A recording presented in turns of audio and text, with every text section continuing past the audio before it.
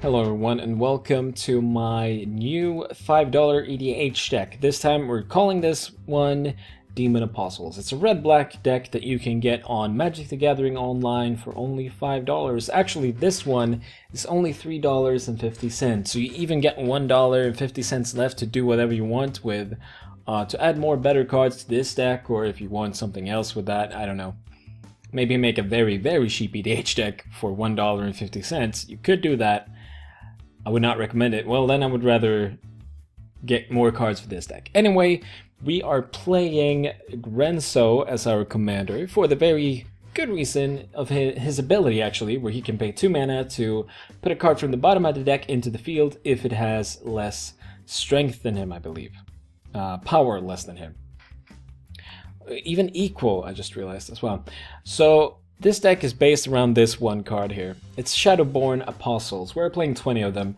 And yes, you can actually do that in Commander, because the rule on the card says that you can have any amount of Shadowborn Apostles in your deck, and that goes for Commander as well.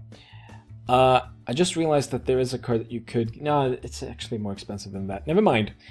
So the whole idea is just to play a deck with cute demons in it, and we use Apostles to hopefully get them out for free from the deck.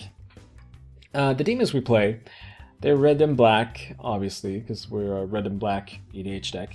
So we have Overlord, we have Havoc. I'm sorry, I don't have these cards in my collection yet. I will get them and I will try this deck out so that you can see how it plays. Probably won't play very good, but this is more of a fun EDH deck, and it's not necessarily, you know, a broken one, obviously.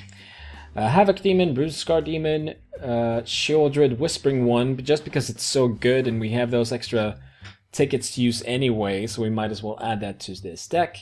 We have Insurrection, because we still want a game-ending card in our deck if we get the chance to actually take everything and just win. Plague Wind, just a good, cheap removal card. Malfegor, which is one of those cards when you look at it and say, that's pretty bad. Well, if you sit with 3 Shadowborn Apostles in your hand and you can play this, why not, right? Because you can discard those 3 cards without crying about it and make your opponents sack cards. So yeah. Defiler of Souls, pretty good card. I believe actually that is probably... No, that's the second most expensive card in the deck for some reason. But it's pretty good. Sire of Insanity, also a fine card. Beseech the Queen to search for things that we need. Stronghold Overseer. The reason I play this because it has Shadow. You can search it out with the Apostles. It has Shadow, and then you can pump it up and attack your opponent for some damages. Yeah, because it pumps itself, obviously. I hope. Yes, because it has Shadow. Reaper from the Abyss, just a good card. If things start dying, they die even more. Demonic Hordes is one of those cards that I saw and I was like, well, it's a demon, so you can have it in the deck. The pay 3 each turn is not really that bad. You can still, because you keep it on the field and you can destroy a land each turn. So I don't mind paying 3 to destroy a land each turn for the other players. Nefarox, Overlord of Grixis, just a good card overall. Harvester of Souls, also just a good card overall.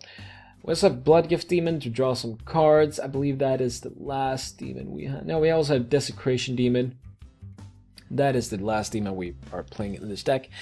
Obviously not the best one because your opponent can't sacrifice creatures for it, but it's still a big one, quite cheap, and if you get it out early and they don't have, you know, anything to sacrifice, you can just, in multiplayer games, you can just attack the player that can't sacrifice. It's actually any opponent. But then again, why would you sacrifice to... it's still a good thing. Lash Right, things get bigger as long as you're more swamp. Same with Strata. More swamps is better. Or mountains, if you wish, actually. But you don't only play 8 mountains, and we play 13 swamps in this deck, so that is a better thing to go for.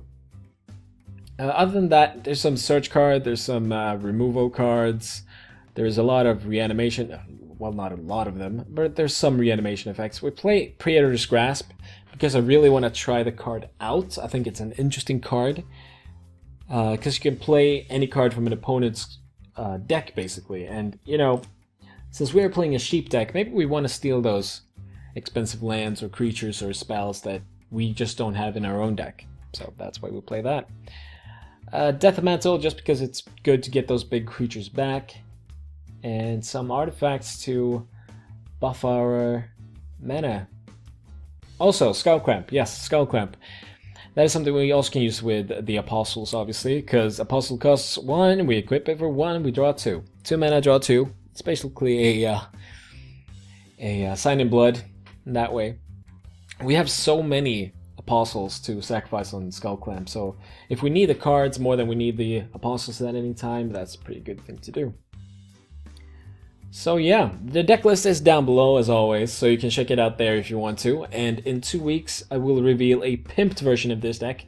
Not sure, the pimped version will not be very exciting, I think, because there will only be lands added.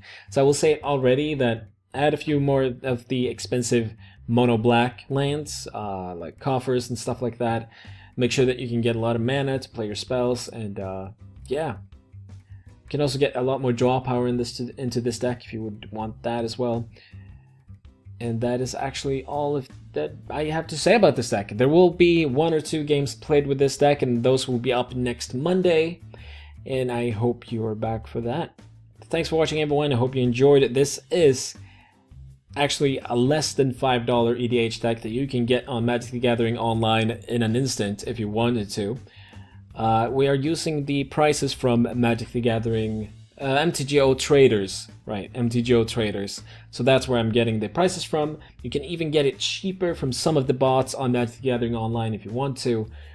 But I prefer to use MTGO traders because they are often, you know, steady in their prices, and they always have the cards, basically. You don't have to look for different cards from different bots. You have everything in one place, and it makes it a bit easier with the trading. Yeah, thanks for watching, everyone. Hope you enjoy this deck. Go try it out if you want to. It's not expensive, as I said, so you can just have fun with it.